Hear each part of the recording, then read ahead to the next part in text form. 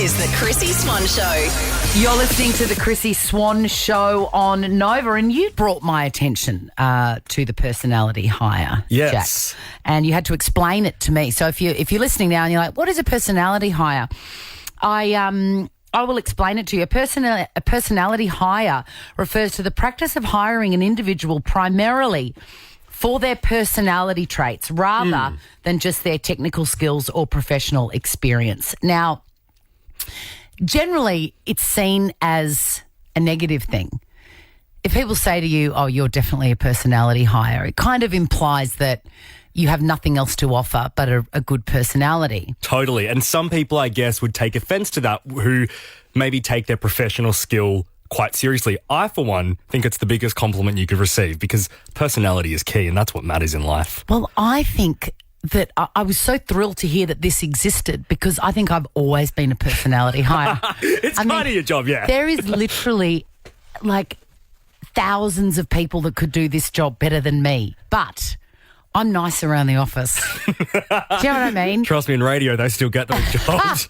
And even like when I was working in advertising, I was okay, but you were a vibe. well, you know, every Thursday was Doobie Brothers Day.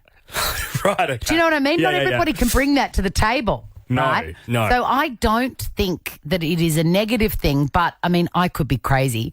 Do you think you might be a personality hire? Are your skills kind of average? You can get them anywhere, but you bring some chutzpah to your role. I did do a vox pop around the office yesterday, and I wasn't surprised by the results. Tom, if I said that you were a personality hire, is that offensive? No, because I am one. I'm here with the gorgeous Joel Creasy. Joel, if I told you that you were a personality hire, is that offensive? A personality hire? Yeah. No, I would wear it like a badge of honour. Even though it means that your skills are utterly below par, but you got the job because you're gorgeous? Oh my God, I would be thrilled. It would be top of my CV. Gemma, producer of Ricky Lee, Tim and Joel, if I said to you you were definitely a personality hire, what would your reaction be? I'd love to be a personality hire. I'm desperate. Macy Gibbs, Hello. personality hire. Would that be offensive to you? No, because I actually was a personality hire at my last job. Hello, Ash. Hi. Personality hire. Is that offensive? Extremely offensive. Okay, tell me more. You're the only one that has said it's offensive. Because I want to be known for my skills. And what are your skills? Personality. I'm confused. Was it offensive or not? I feel bad for people that maybe aren't aware they're a personality hire. Because, like, they must think they're just really good at their job, but no, mate, you're just fun. See, that means it could be offensive. I Yeah. love this. The Chrissy Swan Show. Definitely a personality hire, me, because my skills are zero. Absolutely zero. But I'm a pleasure to be around. Absolutely. And I think that's important. You, Jack. I think I would have had to have been to start because I was such a junior burger when I started on the show we used to work on. I just turned 19. I actually think there are far more sinister reasons why you got that first job. Why? I'll talk about it off air. But I don't think it is an insult to be called a personality hire, even though it kind of is supposed to be. However, I think it does depend on the industry. We were just talking in the song. I agree. I don't want my accountant to be a personality hire. No, he needs to be good at maths, especially your accountant. Yes, because I can't even add. No. Especially your accountant. You need all the help you can get. I really Swan. do. I really do. Another person that I don't want to be a personality hire is my doctor. I don't need a nice, chatty, personable doctor. I just need someone that can diagnose me properly and write the script. See, I don't know. I think I do need my doctor to be a personality hire with a degree. But, but you know what I mean? They can do the job, but my GP is heaven on a stick, and I love that. What about like a hairdresser? No, not a personality hire. See- I can chat about my weekend with my friends. Yeah, totally. But my barista, no. I don't want a personality hire there. I want you to really know about the beans. Yes, and it's fine. Don't talk to me. I don't need to chat. The worst Focus on the situation, though, is when you are a personality hire, but they think you're not.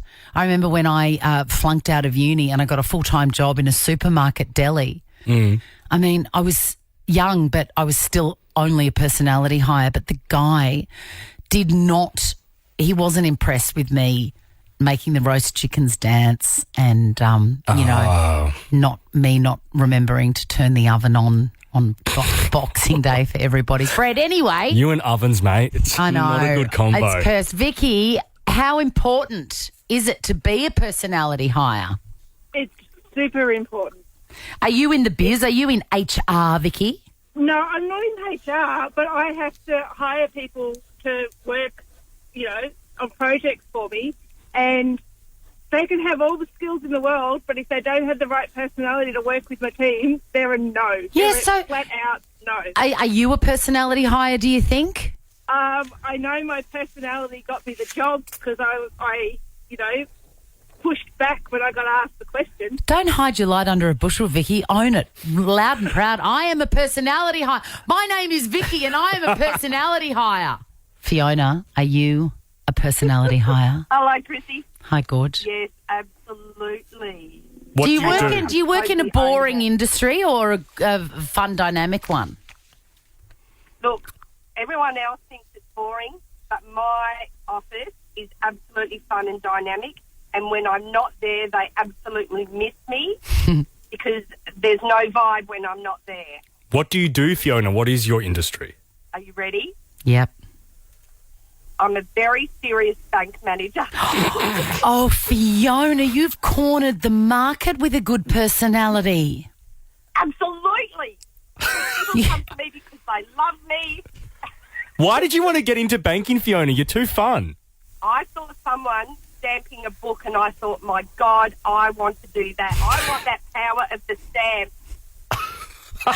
I want the power of the stamp. To this day, I have a special stamp in my office. Oh, Fiona, you are heaven. You are heaven. Let's finish with Alistair. Alistair, what do you reckon? Well, I'm pretty much ringing to say I think after the Christmas break I've come back as a personality hire. Why? The amount of personality hires I'm working around, and you end up doing all their work because they're fun and they're having giggles, but the job needs to get done. On behalf of all the other personality hires in the world, Alistair, we're sorry. And thank you for doing the actual Thank job. you so much. The Chrissy Swan Show. The Chrissy Swan Show. Something has gone viral, and if you haven't been sent it, I'm sorry for your loss. It's a video taken in the UK of two sisters who are locked out of their house, and one of the sisters who owns the house has to break in because she's about to go to the toilet. And what ensues is absolutely unforgettable. She flips through the window, she shows her buzzy, all the while being filmed by somebody, a friend of theirs, in the car who cannot breathe. Have a listen.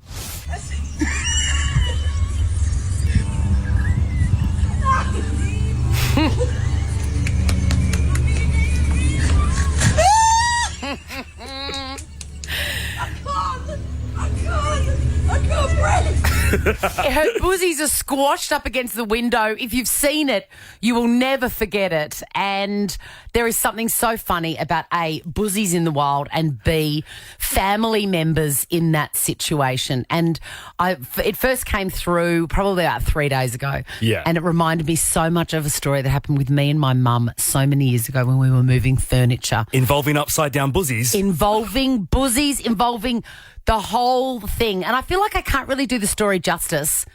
So I'm going to call Mum. Yes. All right, let's call it.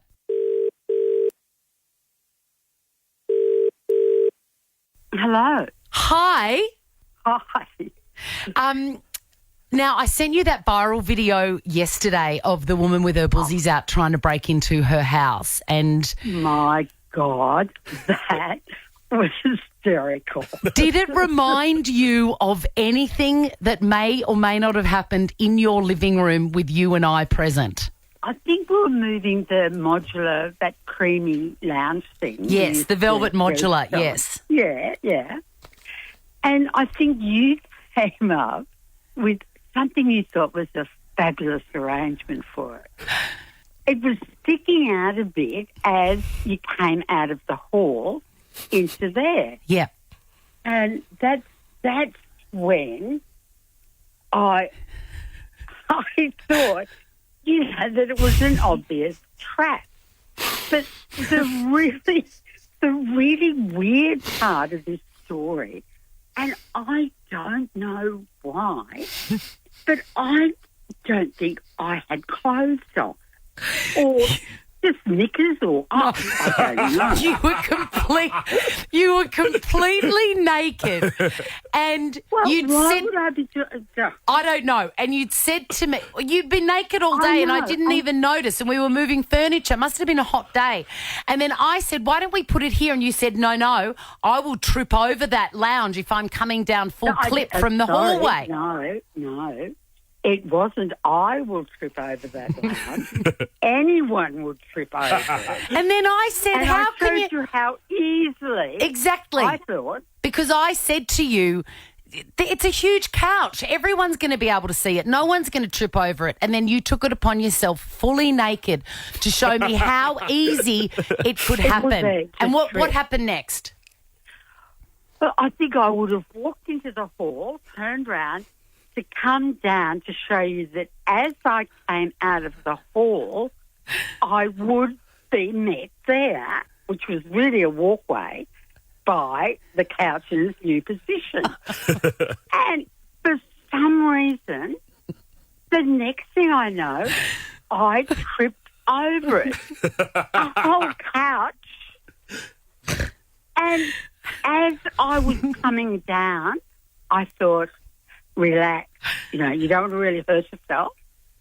And so I relaxed as I fell down. And then I felt a slap of bare skin on the polished board. I was down.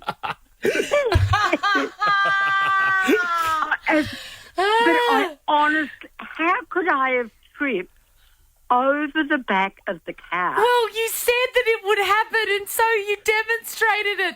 I remember you flying through the air while I watched, horrified.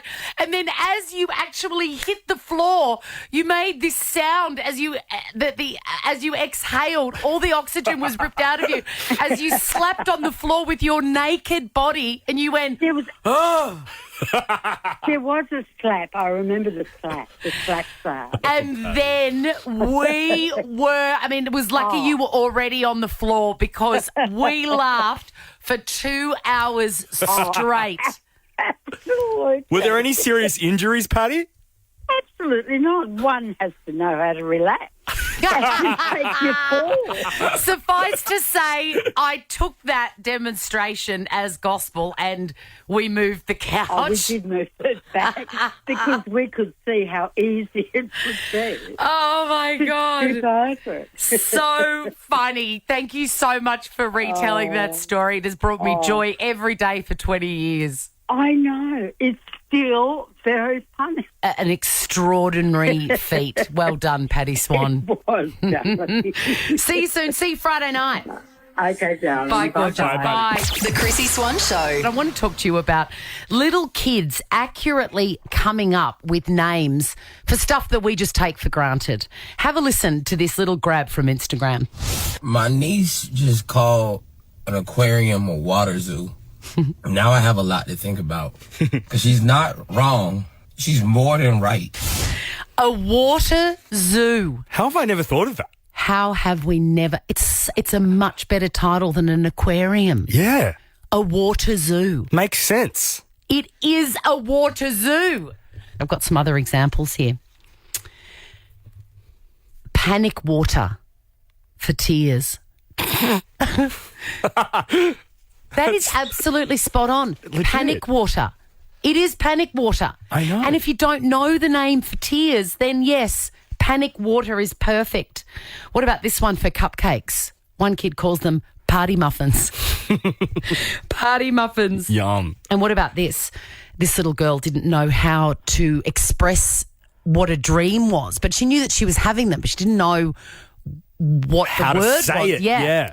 So she called it the story behind my eyes when I'm asleep. How poetic. And what about this for tongs? Salad tweezers. That's great. Often when kids come up with better words than the original, they join the family lexicon forever and ever. Yeah, it sticks with you. Yes, and it was a very hot weekend just gone, and of course cordial front and centre, lots of ice. What kind of flavour cordial do you have in your household? Cooler. Yeah, okay, nice. Cooler, which is lime, but for some reason it's called cooler. I mean, Yeah. always and forever Cotties, end of story. Right. But we don't call it cordial in our house, and we haven't. My two younger kids would never say the word cordial because Leo, when he was about 2, called it colour drink. Colour drink. Colour drink. So we just call it colour drink. Now they're basically grown up. They're ready to move out, and we still call it colour drink. Anyone want a colour drink? It sounds far less sinister and it sounds kind of healthy. Colour drink. Colour drink. Sandy, what did your kid call mint slice biscuits? Hey, Chrissy. So my son used to call them toothpaste biscuits. And my father-in-law called me one day when he was babysitting and he's like, Sandy, what on earth is a toothpaste biscuit? And I went, oh, of course, it's a mint slice. And 24 years on, they're still toothpaste They're biscuits. still toothpaste biscuits. That is a better name for them. I want to warn everybody who love a mint slice, never have a mint slice and then have orange juice. Why? It's a very bad combo. Get back to me. Try it today and Okay, get back great. to me. I'll do it this Savo. Cindy, what word did your kids come up with that was better than the original? My youngest Molly, when we used to go to garage sales at people's houses, and they sometimes have some nice things there, and they'd have trash, and my youngest one would say they'd call it a garbage sale. Spot on. She's right. She is And absolutely... she said it at people's houses. Oh, we're going to a garbage sale. I'm like, oh, gosh. She's actually spot on. They're all full of garbage, but it's the garbage that I love. Good on you, Cindy. Nikki, what word has entered your family lexicon? The lemonade feeling in my legs. What was that? What do we call that? It's pins and needles. Oh. It's like Schweppervescence in the legs.